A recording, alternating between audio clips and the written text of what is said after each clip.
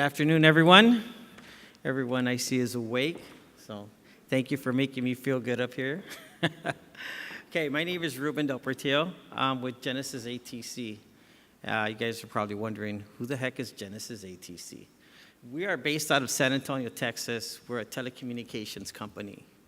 What do we have to do with zero waste? It's kind of funny. One of our biggest telecom clients had a problem here in California, and they were fined millions of dollars.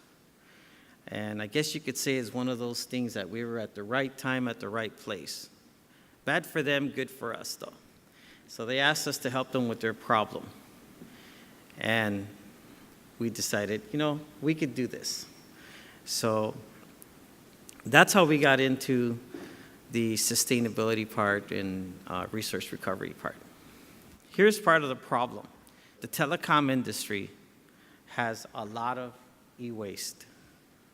A lot of e-waste. Every time a technician comes to your house to install a satellite dish, a phone line, internet router, there's items left over.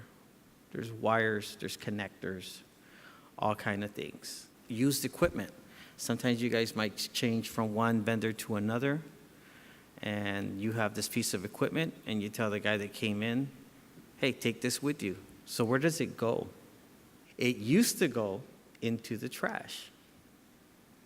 And then from there, where did it go from there? To the landfill. Bad place. A lot of things happen when it goes to the landfill. So the industry has been very lax. In California now, with the legislation, we can't have that anymore. We can't just throw it in the trash. 70% of the toxic materials in the US in the landfills comes from e-waste. It's a small percentage, but it's among the most toxic, if not the most toxic. So here's some of the solutions. Companies in California are now becoming more aware because of, some of them, unfortunately, because they were told by the government, hey, you can't do it. There's other companies that are being proactive and have already started doing the right thing. What Genesis does is we offer them a solution. We come onto their site and we will process everything on site and make sure it gets into the proper receptacles so that when the haulers come to pick up the electronics or the batteries, it all goes to the proper place. That's what we do in a nutshell. This next slide is a venue of services, how we kind of go about it.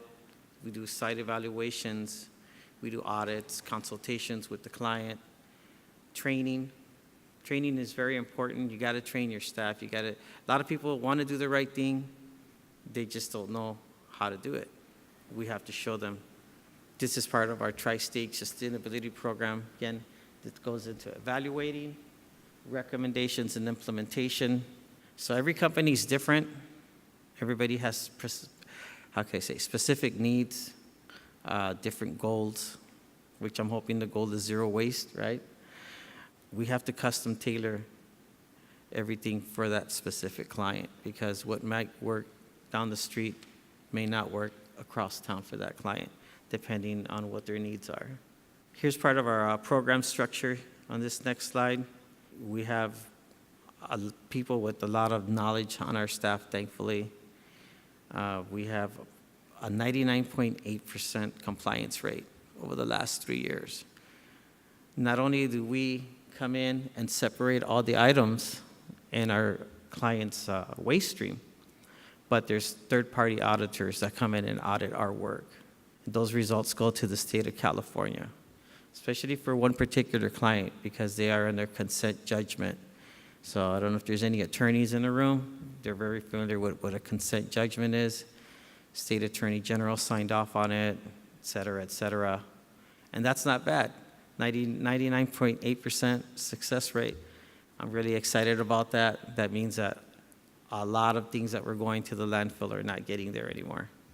This is typically what one of our client sites looks like at the start of shift.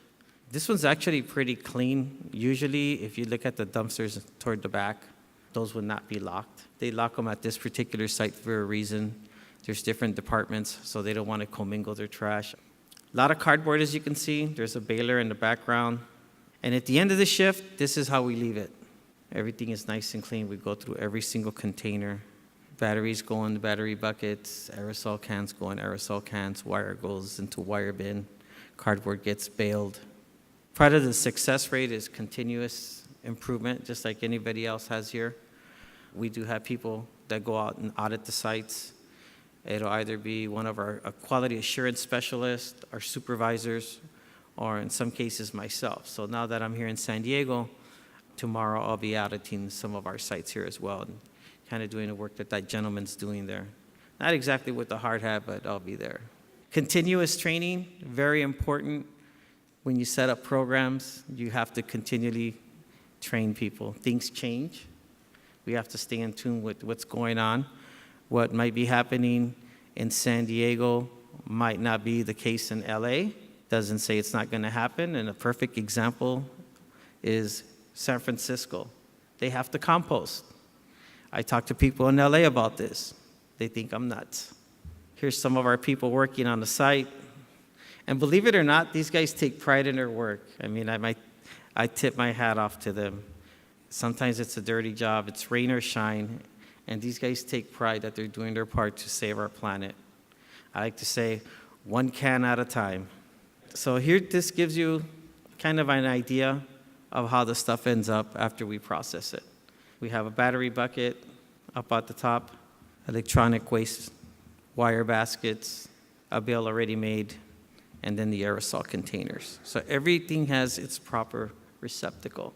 This stuff is not going to the landfill, thank goodness.